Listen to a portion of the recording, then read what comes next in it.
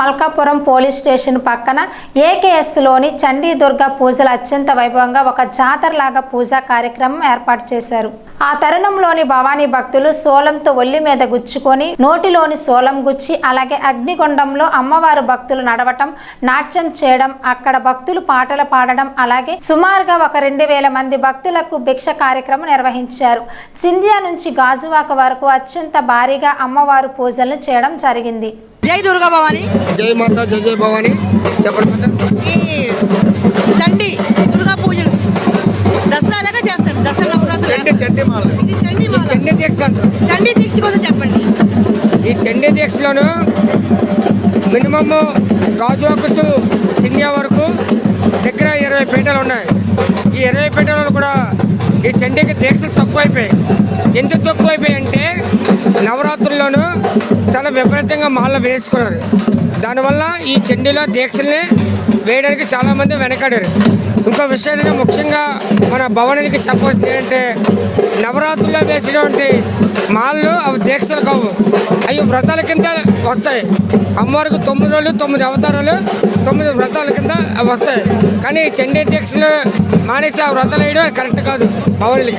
భవానీలు గమనించవలసింది అది ఆపుకొని చండీ దీక్షలకి ఎక్కువ ప్రిఫరెన్స్ ఇవ్వాలని ముఖ్యంగా భవానీలు కోరుకుంటున్నాను. ఎందుకంటే చండీ పూజ అనేసరికి చండీ దుర్గా పూజలు నార్మల్ దసరా నవరాత్రుల కంటే ఇది కొంచెం కష్టమైంది, కొంచెం రిస్కీ కూడా అని అనుకుంటారు జనాలు. వాళ్ళ కోసం చెప్పండి.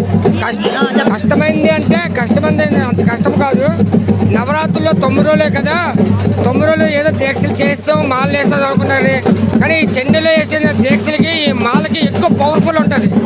ఆ పవర్ఫుల్ ఎలా ఉంటుందంటే ఈ చండీలోనే ఈ ఇరుములు అనేది ప్రిపేర్ చేశారు అక్కడ దేవస్థానం వాళ్ళు. అంతే, ఈ చండీలోనే అమ్మవారు ఇరుములు కట్టుకుంటే అమ్మవారు మన నెత్తి మీద మోసుకొని మనం వెళ్తున్నట్టుగా. అందువల్ల ఈ చండీ దీక్షకి ఎక్కువ మేము ప్రిఫరెన్స్ ఇస్తాం చాలా వరకు. ఈ సమయంలో అమ్మవారు చాలా ఉగ్ర రూపంలో ఉంటారు.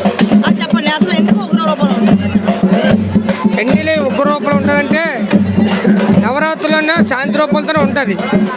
ఇప్పుడు ఈ చండీలో దీక్షలు అంటే ఈ విజయవాడ దేవస్థానాలు ఈ చండీ దీక్షలు అయితే అమ్మవారి తాలూకా హిందూ సమాజాన్ని మనం ప్రిపేర్ చేయించి ఎక్కువ అయ్యప్పకి అక్కడ డెవలప్ అయింది కేరళలో. అలాగే మన ఈ ఆంధ్రలో కూడా మనం చేసుకోవాలనే ఉద్దేశంతో ఈ చండీ దీక్షలు అప్పటి నుంచి పెట్టి అప్పులను రాచకొండ కామేశ్వర మనిషి ఒక గురుస్వామి ఈ దీక్షను తీసుకొచ్చి ఇంతమంది భవనం తయారు చేశారు. ఆయన ఇప్పుడు స్వర్గస్థులు అయినారు, చాలా సీనియర్ గురు భవని.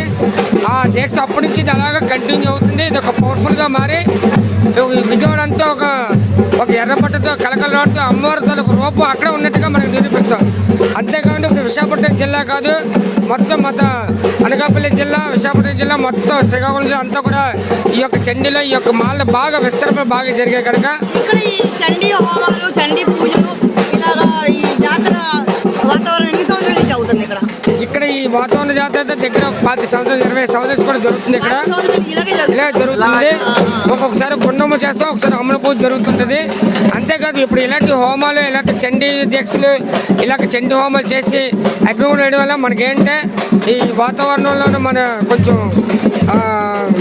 గాలి అది కొద్దిగా ఇబ్బంది లేకుండా, పొల్యూషన్ ఇబ్బంది లేకుండా అందరూ సుఖ సంతోషంతో ఉండాలని ఈ యొక్క వర్షాలు పడాలనేసి అనే ఉద్దేశంతో కొన్ని ఉద్దేశాలతో మనం చేస్తుంటాం. థ్యాంక్ యూ అండి.